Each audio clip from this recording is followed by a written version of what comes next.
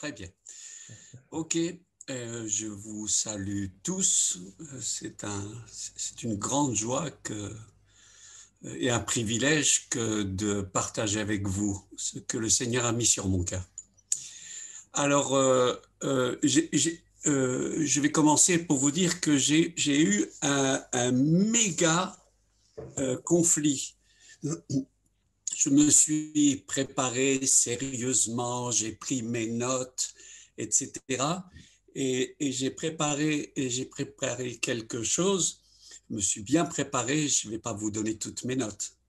Et puis soudain, cet après-midi, euh, il y a un petit machin qui a jailli et j'ai eu l'impression que le Seigneur était dans le coup. Alors, j'ai décidé de ne pas aborder le premier thème et je vais vous dire ce que le Seigneur a mis sur mon cœur. Le thème va se résumer en un mot et c'est silence. Et voilà, c'est ce que j'ai cru entendre de la part du Seigneur. Et puis, en méditant là-dessus, comme la douce torture de tous les prédicateurs, Seigneur, est-ce que c'est ça? Est-ce que c'est pas ça? euh, euh, Comme ça s'est produit mercredi, juste avant l'enseignement que j'ai dû donner, euh, j'ai reçu un tout petit message qui me disait ceci. Euh, euh, Prends un temps de silence. J'ai pas dit donc. Je crois que ça, c'était largement suffisant pour moi. Euh, Pourquoi? Il y a environ 2 semaines, Jean-Marc était avec nous à l'enseignement du vendredi soir, où à la suite de l'enseignement, il a pu exercer le ministère de délivrance et où il s'est passé de très bonnes choses. Et il nous a donné cette parabole. Vous connaissez la parabole, on la retrouve dans Matthieu, dans Marc, dans Luc. Matthieu, chapitre 13. Et je prends juste quelques extraits. Donc, si vous avez vos Bibles, c'est merveilleux non seulement de l'écouter, mais en plus de la lire. Matthieu 13, ce même jour, Jésus sortit de la maison et s'assit au bord de la mer. Une grande foule s'étant assemblée auprès de lui, il monta sur une barque et il s'assit. Et puis, verset 3, il leur parla en parabole. Un semeur sortit pour semer. Comme il semait, une partie de la semence tomba le long du chemin, une autre partie tomba dans les endroits pierreux. Verset 7, une autre partie tomba parmi les épines, et enfin une autre partie tomba dans la bonne terre. Verset 9, que celui qui a des oreilles pour entendre, entende. Voilà. Puis ensuite, verset 10, les disciples s'approchèrent et lui dirent, pourquoi leur parles-tu en parabole? Et il va donner la raison pour laquelle il parle en parabole. Et en particulier, parce qu'il vous a été donné de connaître le mystère du royaume des cieux et que cela ne leur a pas été donné. C'est terrible, hein? C'est un jugement terrible. Et puis, en même temps, il y a une merveilleuse bénédiction. Et puis le verset 15, le cœur de ce peuple est devenu insensible. Alors, ensuite, nous avons l'explication de cette parabole. Et au fur et à mesure que Jean-Marc abordait la parabole et selon ce que le Seigneur lui a donné, alors c'est ce qui m'arrive quelquefois, je l'ai découvert, par rapport à moi, donc je ne fais pas de copier-coller par rapport à vous, Mais je me rends compte que quand le Seigneur est en train de parler, que la parole de Dieu est en train d'être apportée, il se produit quelque chose chez moi. Alors j'ai un petit cahier, je prends des notes au fur et à mesure de l'enseignement qui est donné, et puis soudain, il y a d'autres éléments qui viennent. C'est un moyen mnémotechnique. Et au fur et à mesure, le Seigneur m'a entretenu. À la suite de ces 2 semaines, il y a de nombreuses méditations que j'ai faites sur la base de Matthieu, mais je vais la résumer en lisant ce texte. C'est Jésus est en train de dire que la responsabilité divine, c'est de transmettre sa parole. Et puis par là, nous avons aussi cette responsabilité de transmettre cette parole. Et que cette parole, eh ben, elle va rencontrer différents terrains. Cette parole, pour nous encourager, il ne faut pas se décourager. Bien qu'on annonce la parole, il n'y aura pas toujours l'accueil escompté. Mais il y a dans, je vais dire, 25% du terrain, il y a une partie du terrain qui va porter du fruit. Et en fait, cette parabole aborde un sujet très simple, fondamental. C'est la capacité d'écouter. C'est super important d'écouter. Un bon pasteur écoute, normalement. Un bon médecin est à l'écoute. Un bon prof écoute ses élèves. Et un bon élève écoute son prof. Et un bon fils écoute ses parents. Et les parents sont à l'écoute de leurs enfants. Et ainsi, on peut continuer, etc. Donc, l'écoute est précieuse si on veut apprendre. Et puis, un disciple, c'est dans le livre d'Ésaïe, il ouvre chaque jour mon oreille pour que je puisse écouter comme un disciple. En hébreu, il a creusé mon oreille.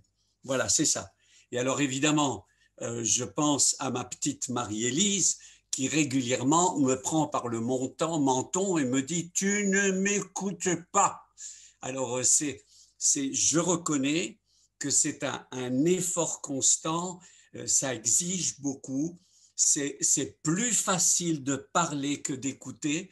Écouter, c'est un effort énorme qui peut être développé, évidemment. Voilà, c'est ça. C'est comme si ce soir, ensemble, on prend un véhicule, on se déplace dans l'espace et dans le temps et on choisit de s'asseoir aux pieds de Jésus. Donc, ce n'est pas nécessaire de faire 2000 ans de voyage, c'est aujourd'hui qu'on s'assoit pour l'écouter. Voilà, c'est être à son écoute.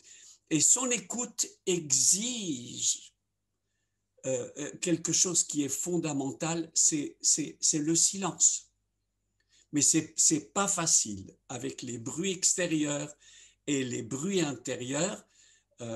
C'est terrible. Apprendre à l'écouter, c'est pas important. Pour celui qui sert le Seigneur, c'est vital. C'est une question de vie ou de mort. C'est apprendre à être attentif à ce qu'il veut nous dire. Voilà le thème. Lorsque Élie, le grand serviteur, le puissant serviteur de Dieu, qui a confronté les ténèbres, traverse un moment de découragement, il est emmené par l'Esprit jusque dans une caverne. Il y a des manifestations de la présence de Dieu, mais soudain, il se rend compte que le cœur de Dieu est là. Il y a eu tremblement, il y a eu agitation, vent, etc., feu, et puis soudain, il y a, le texte déclare, le doux murmure du silence. Et c'est à ce moment-là qu'il va se couvrir. Parce que quand Dieu vient, à ce moment-là, il se produit. Il se produit le col des Mamakada. Voilà, c'est ça. Il y a le doux murmure du silence. Quand il y a un fracas, que ça s'arrête, ce silence est littéralement assourdissant. Et c'est très difficile. Et je suis convaincu que l'Esprit de Dieu, ces derniers jours, ces dernières semaines, a frappé à la porte de notre cœur d'une manière très douce, très agréable, où il appelle à un rendez-vous pour l'écouter. Et alors c'est dans un tel bombardement d'informations où on entend Covid, Covid, Covid, etc. Il faut apprendre à faire le tri, c'est titanesque. Et donc, avec tout ce qu'on entend, on est devenu journaliste, médecin, épidémiologiste, on est devenu tout. Et pourtant, et c'est ça le secret, c'est la richesse pour porter du fruit, c'est d'être justement une autre partie tomba dans la bonne terre. C'est le verset 8. Et l'interprétation que Jésus donne en rappelant ceci, le verset 9, que celui qui a des oreilles pour entendre, entende. Mais comme il y a tellement de bruit, comme c'est difficile d'entendre, et alors pour faire silence, ça exige un effort extraordinaire. Et alors l'interprétation, c'est l'ultime. Celui qui a reçu la semence dans la bonne terre, c'est celui qui entend la parole et la comprend. C'est-à-dire que le silence, en fait, n'est pas un état où on doit rester. C'est l'attitude qui permet d'accueillir sa parole.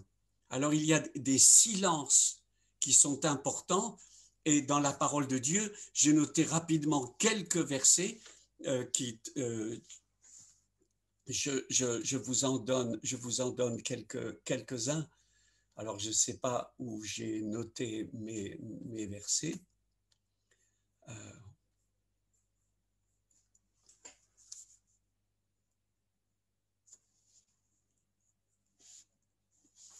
Exode 14, 14. Exode 14, 14. L'Éternel combattra pour vous et vous gardez le silence. Apprendre à laisser passer Dieu devant. La position de repos. Garder le silence, c'est pas seulement se taire, c'est développer une attitude de dépendance. Je compte sur toi et c'est toi qui passes devant. Lévitique 10, 3, Moïse dit à Aaron c'est ce que l'Éternel a déclaré lorsqu'il a dit « Je serai sanctifié par ceux qui s'approchent de moi et je serai glorifié en présence de tout le peuple. » Aaron garda le silence et ça, c'est un silence où on la ferme, où on s'est pris un coup de baguette dans les doigts et Aaron était complètement humilié. Alors des fois, ce n'est pas nécessaire de trop causer, parce qu'apprendre à se taire, des fois on le fait volontairement, mais il y a des fois des silences humiliants. Dans 2 Rois au chapitre 7, verset 9, c'est les lépreux qui causent entre eux. Je ne vous donne pas tout le contexte parce que ça me ferait perdre du temps et vous connaissez vos Bibles. Les lépreux qui sortent et qui enfin trouvent des victuailles pendant qu'à Jérusalem, ils crèvent dans la ville, ils crèvent tous de faim. Ils se dirent l'un à l'autre. C'est les lépreux qui parlent entre eux. Nous n'agissons pas bien. Cette journée est une journée de bonnes nouvelles si nous gardons le silence Et si nous attendons jusqu'à la lumière du matin, le châtiment nous atteindra. Ça veut dire qu'ils étaient en train de se remplir le coco, ils étaient en train de nourrir pendant que d'autres crevaient de faim. Il y a des temps où il faut se taire, et puis il y a des temps où il ne faut pas se taire. Il y a des temps où il faut causer. Alors ça c'est le danger des taiseux. Les taiseux, ils jouent les malins parce qu'ils la ferment tout le temps.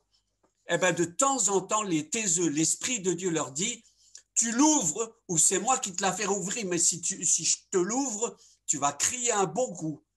Alors, notre caractère, même s'il est taiseux ou silencieux, quand Dieu nous demande de parler, on a plutôt intérêt à causer. Un des exemples les plus extraordinaires, c'est dans Ésaïe 53, où il est dit, il a été mené comme une brebis, à l'abattoir, il n'a pas ouvert la bouche. On a besoin du don des langues, mais plus que tout, on a besoin du don des oreilles, qui se développent au fur et à mesure pour être attentifs à ce que le Seigneur veut nous dire. Dans la confrontation spirituelle, on trouve ça dans, je crois que c'est le psaume 8, oui, psaume 8, et c'est le verset 3. Par la bouche des enfants et de ceux qui sont à la mamelle, tu as fondé ta gloire pour confondre tes adversaires, pour imposer le silence à l'ennemi. Alors il y a des temps où nous devons apprendre à faire silence. Il y a des fois où on découvre que c'est Jésus qui a dû faire silence. Il aurait pu parler, mais il s'est tu jusqu'à aller au bout du sacrifice. Ici, nous voyons que Dieu a la puissance de faire taire la puissance de l'ennemi. Il sait fermer la bouche à l'ennemi. Et quelquefois, dans notre prière, on peut s'identifier au psalmiste qui déclare, c'est son style, sa manière, pour moi, ça m'émerveille. C'est dans je crois que c'est le psaume 35. Éternel, tu le vois, ne reste pas en silence. Et ce n'est pas une image poétique, comme si Dieu est silencieux et il va causer. Non, au moment où Dieu parle, il se produit des miracles. Dans l'épreuve, des fois, je peux rester muet et dans le silence. Mais découvrir dans la souffrance, et c'est un exercice dans l'épreuve. Quelquefois, il est important de serrer les dents. Parce que si on ouvrait la bouche, on va dire des bêtises. Et je reconnais quelquefois, quand nous avons eu quelques conflits légers avec Marie-Élise, je dis Marie, elle me dit pourquoi tu ne réponds pas? Je dis si j'ouvre la bouche, je vais pécher. Alors vaut mieux que je me taise. Donc la discipline du silence, il ne faut pas toujours se taire, mais des fois la discipline du silence peut être bénéfique pour tout le monde. Et quand on fait silence, évidemment, c'est parce que je veux l'écouter. Un médecin, quand il n'arrive pas à écouter correctement, il utilise un appareil. Ça s'appelle un stéthoscope. Voilà, c'est ça. Un stéthoscope. C'est pour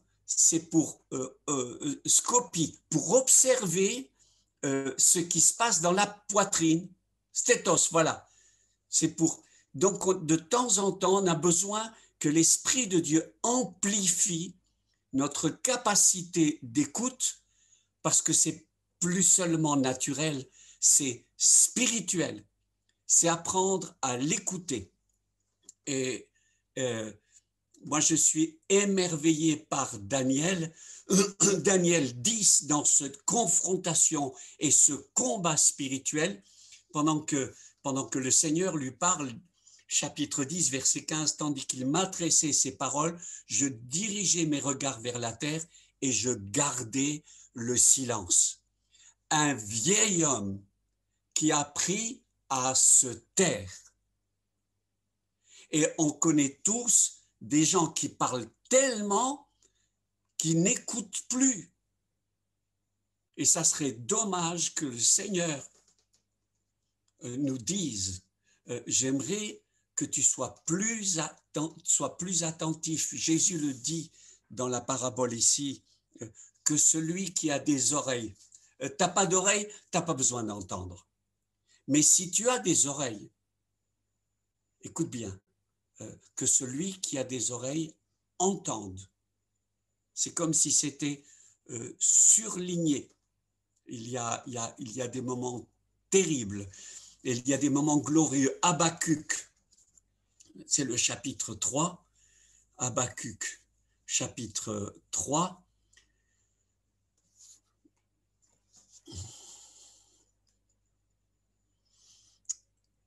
J'ai entendu et mes entrailles sont émues à cette voix, mes lèvres frémissent, mes os se consument et mes genoux chancellent en silence. Je dois attendre le jour de la détresse. Et c'est toujours dans Habakkuk au chapitre 2 et au verset 20. L'Éternel est dans son saint temple, que toute la terre fasse silence devant lui. Il y a des périodes où Dieu se manifeste, sa présence est tellement extraordinaire, on a envie de crier, on a envie d'applaudir, on a envie de sauter, on a envie de siffler tellement on est content que Dieu est là. Il y a des moments où Dieu manifeste sa présence, où on est littéralement abasourdi, émerveillé, extasié par lui. Et nous faisons silence devant lui. En faisant silence ici, c'est une révérence, une adoration profonde. Mais il y a des silences qui nous introduisent à l'écoute de sa voix. Et spécialement en ce moment, j'ai besoin d'être et de développer. C'est pas difficile. C'est apprendre à faire silence devant lui. Et je me rappelle la première fois, dans une période où je recherchais intensément à écouter le Seigneur, j'étais avec ma Bible, mon petit cahier de notes, et je suis resté à son écoute. J'ai passé un long moment à son écoute. Je n'ai rien entendu. Mais en terminant ce temps de rencontre silencieux, j'ai senti dans mon cœur, persévère. Je ne sais pas si c'est le Seigneur, mais dans mon cœur, j'ai senti, persévère.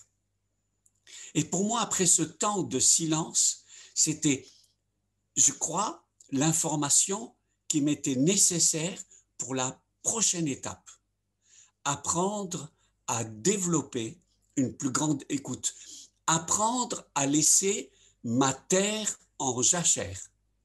Apprendre à laisser que le sol se repose. Parce qu'on est dans un bombardement d'informations extérieures ou intérieures, j'ai besoin de le laisser à son écoute qui est important. Évidemment, la distraction fait du bruit.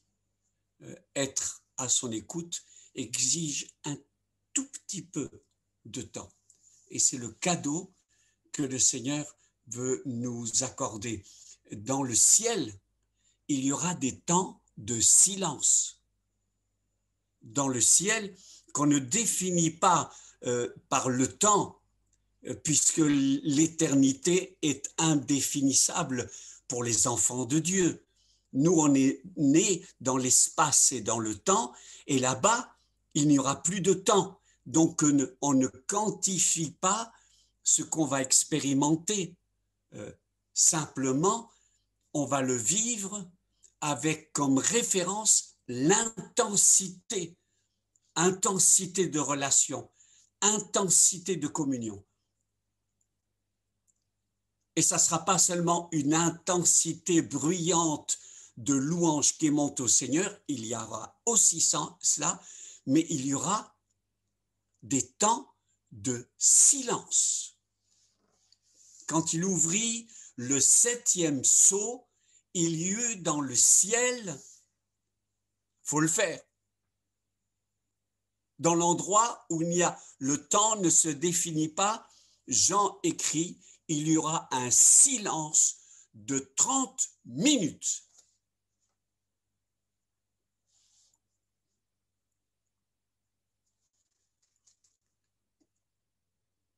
C'est un des défis pour notre temps, pour notre mariage, dans notre travail, dans ce que nous vivons en relation avec les uns avec les autres, dans notre relation avec la parole de Dieu, de développer des cours de silence. Et dans ces temps de silence, il se pourrait que ce temps de silence soit interrompu par un ronflement. Eh bien, tant mieux. Ça veut dire qu'on a besoin de se reposer. Il y a des temps de ronflement qui viennent du diable, mais il y a des temps de ronflement qui viennent du Seigneur, où on a besoin de se reposer. Alors, j'espère que je n'ai pas été trop long. À l'écoute de Dieu, à l'écoute de sa parole, à l'écoute des autres, à l'écoute de son corps, à l'écoute de son couple, à l'écoute de ses enfants, être à l'écoute de ce que le diable veut faire, être à l'écoute du monde, c'est un appel fondamental. Découvrir, et c'est un des grands défis, et j'ai cru percevoir l'Esprit de Dieu qui, dans ces temps, parce qu'il ne faut pas essayer de revenir à ce que nous avons vécu dans le passé. Le passé est passé. On ne revivra plus ce que nous avons vécu dans le futur, et ça serait dommage de faire un copier-coller en essayant de retransposer dans le futur ce qu'on a vécu. Non, c'est comme si le Seigneur veut développer nos oreilles et notre cœur pour être attentif aux nouveaux chemins, aux nouvelles directions. Je crois que c'est dans cette direction que le Seigneur veut nous conduire. C'est important pour ne pas s'égarer. Et avec le temps qui passe, il y a quelques-uns qui sont déjà équipés de petits appareils, mais moi je me suis rendu compte que quand tout le monde parle en même temps, des fois j'ai quelques difficultés j'ai besoin que quelqu'un parle d'abord. Je ne suis pas sourd, mais je me rends compte quand les bruits sont mélangés, on a du mal à entendre. Genèse chapitre 2, et Dieu, dans le jardin d'Éden, venait dans une relation et ils pouvaient parler ensemble. Et dans le jardin d'Éden, s'est fait entendre une autre voix, la voix du diable. Et à ce moment-là, on doit être en mesure d'écouter et d'être attentif à ce que le Seigneur veut nous dire. Qu'est-ce qui nous piège? Quelqu'un a dit, ce qui peut nous piéger, c'est la distraction. On peut vite se faire piéger dans le bruit de la distraction, la curiosité. On peut vite se faire attraper. Ce sont de grands dangers. Voilà ce que le Seigneur a mis sur mon cœur. Il y aurait d'autres choses, mais ne soyons pas trop longs parce que j'imagine qu'il y a des tas de choses riches qui vont être partagées. Mais j'aimerais prier avec vous.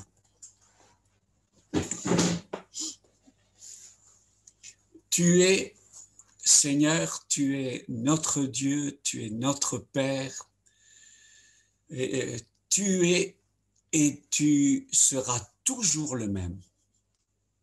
Tu te révèles comme la parole, et en même temps, Élie t'a rencontré dans le silence. Seigneur, et dans ce silence, tu as pu ensuite parler. Ce soir, Esprit de Dieu, toi qui t'es manifesté d'une manière tellement extraordinaire, Seigneur, que ton esprit nous instruise et nous défie, manifeste ta gloire. Seigneur, dans ces temps à l'écoute, dans ces temps de silence, tu puisses nous instruire et nous parler. Seigneur, parce que quand tu parles, c'est tellement clair. Seigneur, je déclare ta bénédiction, Seigneur, et ta bonté sur nos vies. Amen. Moi, j'aimerais partager ce que j'ai partagé à Marie-Élise.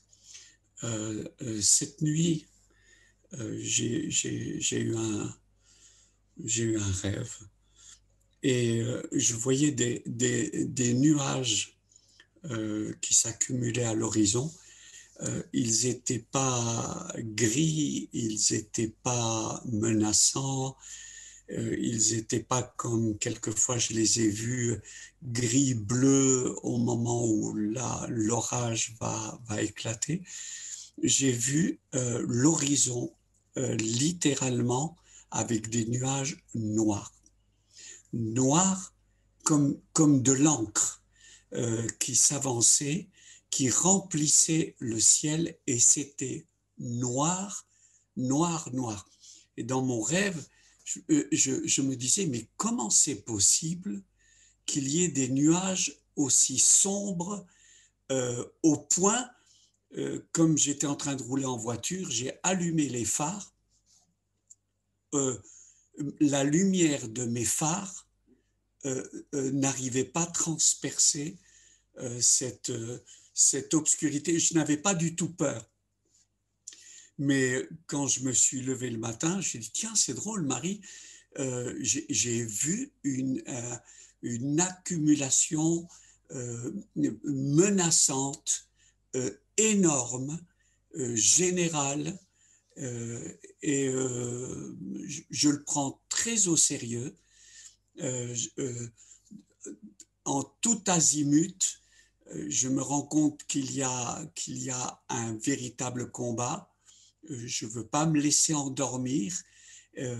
Par contre, je me réjouis du temps que je suis en train de vivre. Et moi, je vous dis, ma reconnaissance, ma gratitude, si je fouille au fond de mon cœur, je dis merci à tous les messages alarmistes, ces systèmes-là qui sont en train de nous verrouiller, parce que chez moi, ça provoque un électrochoc. Et je me demande si j'étais pas en train d'endormir mon écoute. Et là, ça m'a secoué. Ça, c'est ma gratitude et ma reconnaissance parce que cette secouée qu'on est en train de vivre oblige les enfants de Dieu à ouvrir leurs yeux, à se réveiller de leur torpeur, parce qu'on peut écouter sans écouter. On peut faire silence et s'endormir. Le petit Samuel roupillait. Et puis, quand Dieu lui a parlé, il ne savait pas que c'était le Seigneur. Et celui qui devait l'instruire ne savait même pas que c'était le Seigneur qui était à l'œuvre. Et puis, il a fallu plusieurs fois jusqu'au moment où on lui a dit la clé. Parle, Seigneur, ton serviteur écoute. On veut t'écouter, Seigneur. Seigneur, on sait et on le perçoit au-delà de ce que nous on vit personnellement. On sait que ces dernières années, il y a quelque chose qui clochait. Euh, on savait que confusément, il y avait quelque chose qui ne fonctionnait pas, mais on n'arrivait pas à le comprendre. Et soudain, on te dit merci d'avoir été secoué, secoué de notre routine, secoué du ronron. Seigneur, et malgré tout ce qu'on peut entendre, Seigneur, ta voix est claire. Seigneur, et on veut te dire merci. Moi, je veux te dire merci parce qu'il y a des œillères qui sont en train de sauter. Seigneur, et merci parce que si Paul a eu des écailles qui sont tombées de leurs yeux, Seigneur, on sait qu'il y a de la cire spirituelle qui a besoin encore de sortir, qui a besoin encore d'être dégagée. Et moi, je te prie spécialement pour toutes ces voix qui se lèvent, qui sont en train d'être traitées de complotistes ou j'en sais rien quoi, mais qui osent parler. Seigneur, moi, je proclame ta bénédiction sur les courageux. Seigneur, délivre-nous de la lâcheté. Seigneur, aide-nous à ne pas être des lâches. Merci pour ton amour, Seigneur.